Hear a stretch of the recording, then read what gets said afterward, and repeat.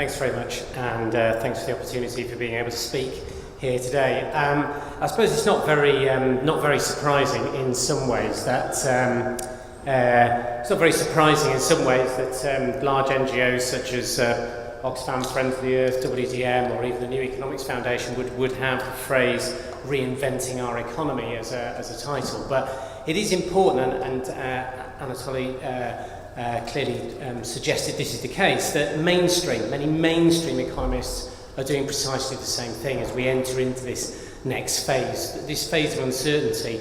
Larry Summers, the Professor Emeritus at Harvard, writing in the Financial Times earlier this year, saying that macroeconomics was in crisis.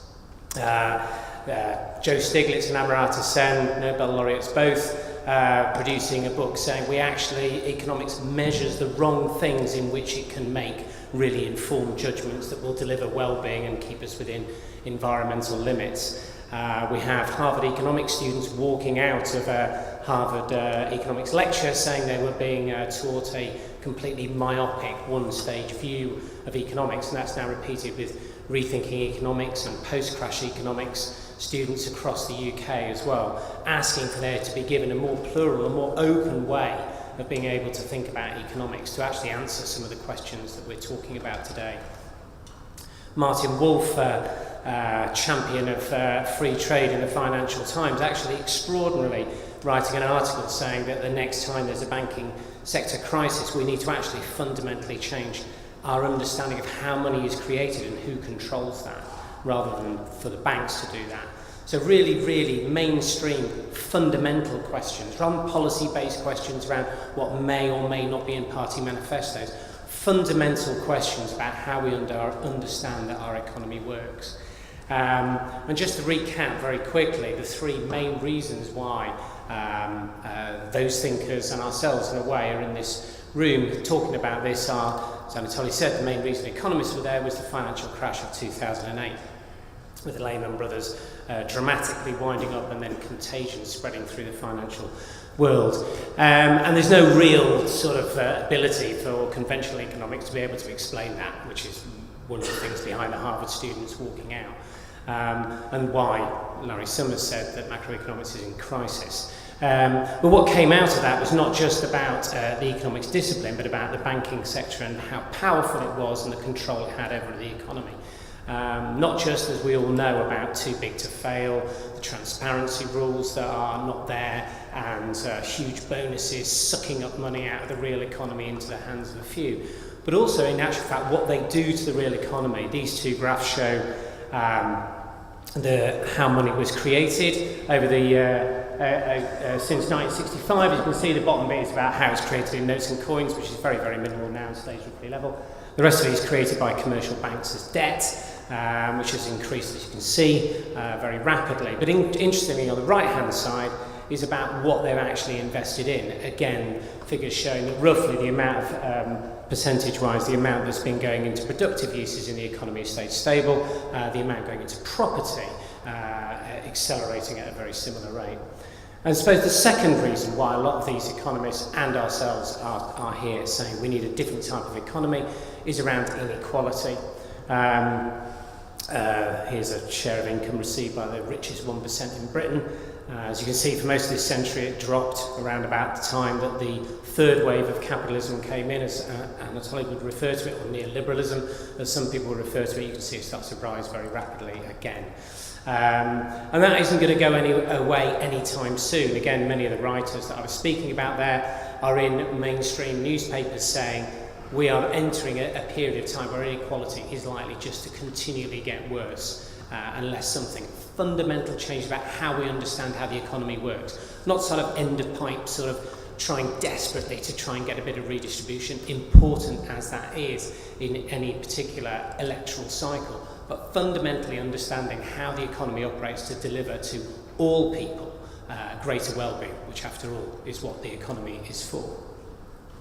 But maybe the third one that wasn't there at the changes between the first and second and third phase of capitalism, but is going to be absolutely critical for what the fourth phase of economic development looks like is around environmental limits. We now live on a very full planet. We've used up the sort of headroom that we had to be able to develop without considering environmental limits. And now we no longer have that luxury, and that has to be at the very fundamental part of what we have as a new economy.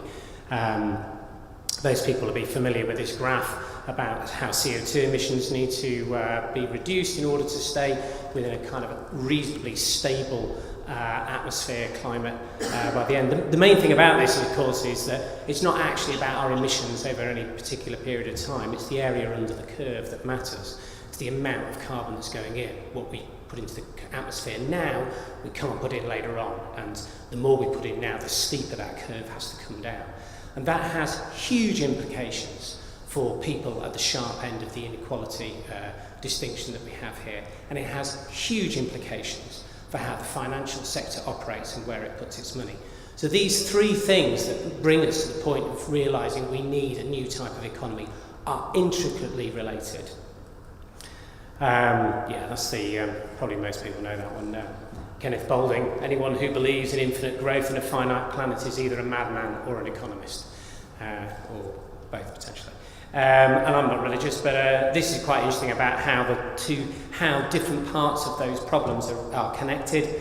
Pope Francis, in his first whatever sort of speech, it's referred to as long as the problems of the poor are not radically resolved by rejecting the absolute autonomy of markets and financial speculation, by attacking the structural causes of inequality, no solution will be found to the world's problems. So that includes financial stability, that includes dealing with environmental limits. So we're at a bit of a crossroads, as we say, and I'm going to do something. Anatoly has already explained how the economics profession is being able to change. I'm going to focus a little bit more as a way in for people for the rest of today, where you'll hear a lot of experts speaking about particular topics. And I'm possibly going to look more at politics and about civil society and what we need to do to ensure that we have a rapid and harmonious and successful change to an economy that delivers on those three big challenges that we have. And if you look back at the last two changes, the Capitalism 2 and Capitalism 3, if you like, as we might call it, if you look at what happened politically and in civil society to understand how an academic discipline and thinking, why those things were picked up and how they came to the fore, and where was the power, then you learn some things about what we need to do right now. And I'll just run through what four of them are. The first thing that they have in common is you need to discredit the existing narrative and theory. You need to really say we have to have a different way of thinking about this. Luckily, the financial sector has done quite a lot of our work for us, but inequality as well is clearly on the agenda. Piketty's book and the effect it had in the US in particular, where it was a bestseller, is an important part of that. And here's Keynes saying the difficulty lies so much not in developing new ideas, but escaping the old one. And that's a critical part. But we're doing quite a lot of that. It's what we do best, is say why everything's wrong. And the second part you need is to set out a new narrative and theory. And that doesn't mean some sort of superficial sort of nice writing and get a load of PR agencies in to do it and that'll be right. It's about an underlying set of principles about how you understand the economy is successful and delivers. And these are the two examples of it. Obviously the New Deal, which in actual fact I think predates the general theory coming out by Keynes, where Roosevelt was able to put out an understanding of why the economy would operate like that. We will take this money, we will invest in it. It is about delivering jobs to people so that people have a livelihood. And he's able to run a narrative backed up by an understanding of how the economy operates. Margaret Thatcher stands on the steps of Downing Street in 1979 and says, there is no society, only individual men and women and families. And then goes on to have all of those things that we were saying about free markets, free trade, competition, all of those, individual choice, all of those things that underpin our current understanding, the dominant understanding of how that operates. We are a long way from drawing together all the amazing ideas, some of which you'll hear today in different breakout groups, into a place where we have common principles on which we all agree and is based in theory, and that takes that forward. And that is the biggest task, in a sense, in front of all of us as we come to events such as this. The other two things, just quickly, how am I doing? All right. The other two things both of those changes had was they actually undermined the power structures that were just reproducing the system that was in place. So in the case of Keynes, I know they didn't have electronic and computer screens at the time of the Wall Street crash, but that's the best I could do for a photograph, is that they actually reined in the financial sector. It was one of the main things that had to be done in order to be able to move away from capitalism 1, as I'm now using continually for the four O's of capitalism. For moving to neoliberalism, one of the key things that happened in order to be able to free markets and bring in individual choice was clearly the trade unions and nationalised industries were at the far end of where the power structure lie.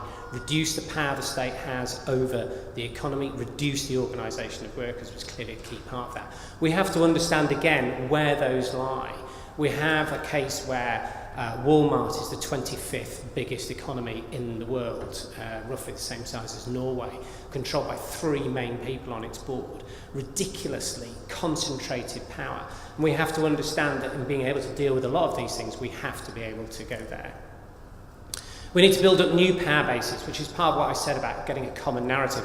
Milton Friedman was mentioned earlier. Here he is, looking very fetching in a hat right in the middle there, standing next to Hayek, who brought the Mont Pelerin Society, nice group of guys, 1947, beginning of neoliberal organisation, not necessarily academic thought, but organisation, and taking that forward and changing that battle of ideas.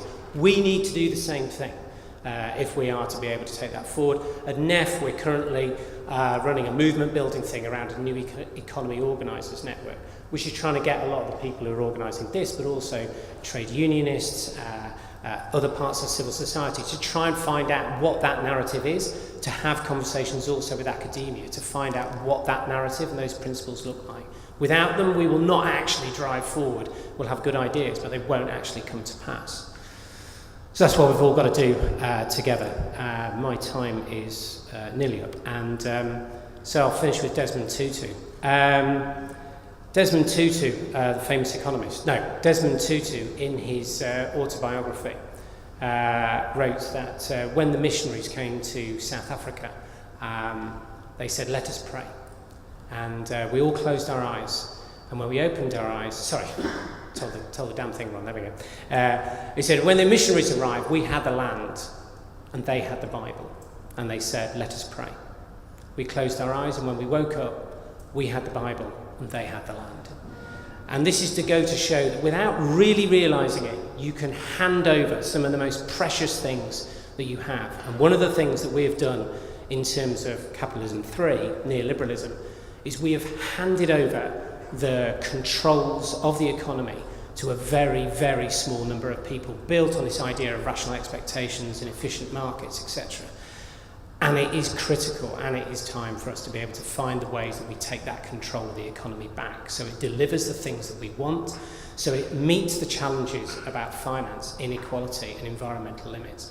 And critically, in actual fact, it provides an incredibly positive agenda to take advantage of technological advance and direct it at those challenges. And that, in a way, as we run through today, will be a very good thing to have in the back of our minds as we hear those individual ideas about how we can actually form a movement that will be the driving force for delivering the next stage, reinventing our economy. Thank you very much.